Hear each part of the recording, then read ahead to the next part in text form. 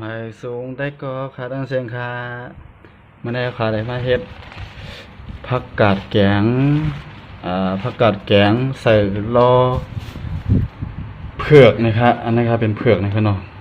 เดี๋ยวมาเฮ็ดผักกาดใส่ลอเผือกอำพูว่าได้ก็ได้เสียเขาจังได้ต่างวันต่างเมื่อจังเฮ็ดกินเหมือนเฮาพองนะครับเนาะนะครับทั้งเฮาได้ได้ใกล้เฮ็ดกินจังไหนกันมันก็ได้หวานนะครับเนาะผักกาดมันได้เปื้อได้ป่วยลีน่ะนะครับผักกาดใส่ลอเผือกนะครับอันนี้ก็ได้เป็นผักกาดขมนะครับผักกาดที่เขาเฮ็ดผักส้มนั่นครับอันนี้ก็ได้เป็นเผือกนั่นเด้มจะเผือกเมืองเฮาในคณะเสื้อเผือกทางเมืองไทยนี่ก็เป็นเผือกที่เป็นเฮ็ดขนมหวานจังนั้นในคณะเนาะนะครับที่เป็นเฮ็ดขนมที่คนไทยเฮ็ดขนมนั่นก็ที่คนไทยเขาได้อันเฮ็ดเอากว่าเฮ็ดเอากว่าโคกรอบๆจังนั้นในคณะนะครับอันนี้เป็นน้ำเปล่าน้ำละลายนี่ครับเอาก็ได้มาปรุงเครื่องมันของหวานแล้วก็ใส่เกลือนี่ครับเกลือนี่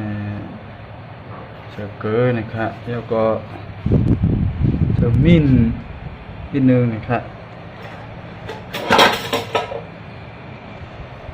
ใส่มิ้นขาได้ใส่ว่าผงถั่วเน่าอีกนึงนี่ครับเนาะอุ้ยน้ำหนาวอยู่นี่ครับแล้วก็เขาว่าด้วยที่ต้มให้น้ำมันเลือดให้น้ำมันพดก่อนนะครับเนาะให้น้ำมันเลือดให้น้ำมันพดแล้วข้าได้ใส่มีหออีกนึงนะครับเนาะแล้วก็ได้ใส่มะเขือส้มแล้วก็ใส่เผือกนะครับเนาะพอเผือกมันเปื่อยแล้วก็ได้ใส่ผักกาดนะครับเนาะนี่ครับเผือกมันเปื่อยแล้วอันนี้ก็ใส่ผักกาดแล้วนะครับเนาะมาเดี๋ยว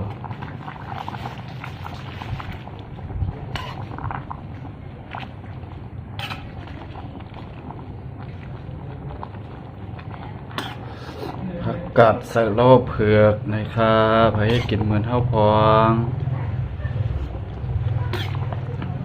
นี่ครับ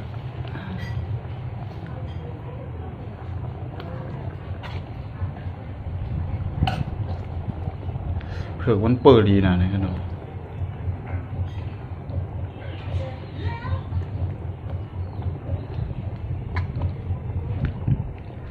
พริกผามันไว้ก่อนนะครับเนาะนะครับ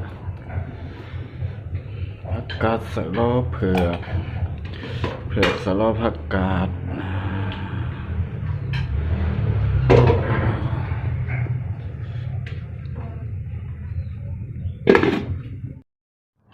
นี่ครับผักกาดใส่ลอเผือกเฮาค่ะนี่ครับสุกเหย้าอันนี้ก็โป่งเหย้านะครับกินแล้วเหย้านะครับเนาะเดี๋ยวมันหน้าตามันเต็มเหมือนไหนนะครับนี่ครับต้มเผือกมันหึงเป็ดอีกนึงนะครับเผือกมันลานไข่ลานเป็ดมั่วเดียวนะครับนี่ครับได้กึดเกยนะครับมันเหมือนเผือกเมืองเฮาเนี่ยครับเนาะเผือกเมืองเฮาได้นานเปื้อเนี่ยในเจ้าเปื้อน่ะนะครับก็ลานไข่ลานเป็ดมั่วแล้วนะครับโลเคียมนะครับหอมนะครับมาเดี๋ยวนี้นี่ครับ